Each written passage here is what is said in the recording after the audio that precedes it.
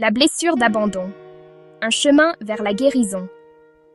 Bonjour à tous et merci de me retrouver aujourd'hui pour aborder un sujet profond et souvent douloureux, la blessure d'abandon. Si vous ressentez un vide intérieur persistant, une peur intense de la solitude ou du rejet, ou si vous avez du mal à construire des relations saines et stables, il est possible que vous portiez en vous cette blessure. Sachez que vous n'êtes pas seul. La blessure d'abandon est bien plus fréquente qu'on ne le pense. Elle prend racine dans des expériences précoces de séparation, de manque d'affection ou de rupture de lien avec nos figures d'attachement. Ces expériences laissent des traces profondes qui, si elles ne sont pas guéries, peuvent influencer nos relations et notre bien-être émotionnel tout au long de notre vie. Dans cette vidéo, nous allons explorer ensemble les différentes facettes de la blessure d'abandon et surtout les étapes clés pour la guérir. N'oubliez pas que la guérison est un voyage et que chaque pas en avant, aussi petit soit-il, est une victoire. La première étape, et peut-être la plus importante, est d'accepter que cette blessure existe en nous. Reconnaître sa présence, sans jugement ni culpabilité, est essentiel. Il ne s'agit pas de se complaire dans la souffrance du passé, mais plutôt de porter un regard bienveillant sur nos blessures afin de pouvoir les soigner. Observez vos comportements et vos émotions avec honnêteté. Ressentez-vous un besoin excessif d'être rassuré, une peur panique de l'engagement, ou, au contraire, une tendance à vous isoler par peur du rejet? Ces réactions, parfois inconscientes, sont autant d'indices qui peuvent indiquer la présence d'une blessure d'abandon non guérie. Notre enfance joue un rôle crucial dans la formation de notre style d'attachement. Si nous avons manqué d'un environnement sécurisant et nourrissant durant cette période, nous pouvons développer un attachement insécure, marqué par l'anxiété, l'évitement ou la peur de l'intimité. La bonne nouvelle, c'est que l'attachement n'est pas figé. En prenant conscience de nos schémas d'attachement et en nous engageant dans un travail sur nous-mêmes, il est possible de développer un attachement plus sécure. Cela demande du temps, de la patience et de la bienveillance envers soi-même, mais les bénéfices sont immenses. Un attachement sécure est la base d'une vie relationnelle épanouie et d'un sentiment profond de sécurité intérieure. La blessure d'abandon peut se manifester par des émotions intenses et souvent difficiles à gérer. Peur, panique de l'abandon, tristesse profonde, colère, sentiment de vide, etc.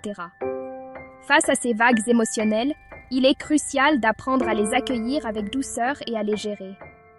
La méditation, la respiration consciente, la relaxation.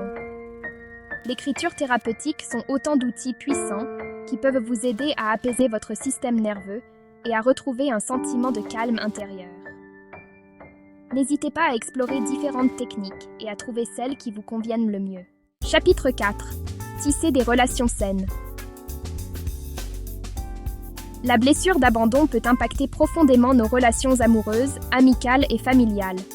Elle peut nous pousser à rechercher compulsivement l'amour et l'approbation des autres, par peur d'être rejetés. À l'inverse, elle peut aussi nous conduire à éviter les relations, par peur de souffrir à nouveau. Apprendre à établir des relations saines et équilibrées est un processus de guérison en soi. Il s'agit de sortir des schémas de dépendance affective, de poser des limites claires et de choisir des relations qui nourrissent notre être profond. Chapitre 5. Explorer l'enfant intérieur. Reconnecter avec notre enfant intérieur, cette partie de nous qui porte encore les blessures du passé, est une étape essentielle pour guérir la blessure d'abandon. Offrez-lui l'amour et la sécurité qu'il n'a peut-être pas reçus. Visualisez-le. Parlez-lui avec tendresse. Rassurez-le. Dites-lui que vous êtes là, maintenant, pour prendre soin de lui. Cette reconnexion intérieure permet de penser les blessures du passé et de construire une relation plus aimante et bienveillante envers soi-même. Chapitre 6. S'ouvrir à l'aide d'un professionnel. Parfois, le chemin de la guérison peut être long et semé d'embûches. Si vous sentez que la blessure d'abandon continue de vous faire souffrir, n'hésitez pas à consulter un thérapeute. Un professionnel de la santé mentale peut vous accompagner avec bienveillance et vous donner les outils nécessaires pour avancer. Certaines approches thérapeutiques, comme la thérapie EMDR ou la thérapie centrée sur les émotions, se sont révélées particulièrement efficaces pour traiter les blessures d'attachement. N'oubliez pas que demander de l'aide est un acte de courage et un pas de plus vers la guérison. Conclusion. Vers la résilience et la liberté émotionnelle. Guérir de la blessure d'abandon est un voyage qui demande du courage, de la patience et de la compassion envers soi-même. Mais rappelez-vous que chaque pas en avant, aussi petit soit-il, est une victoire.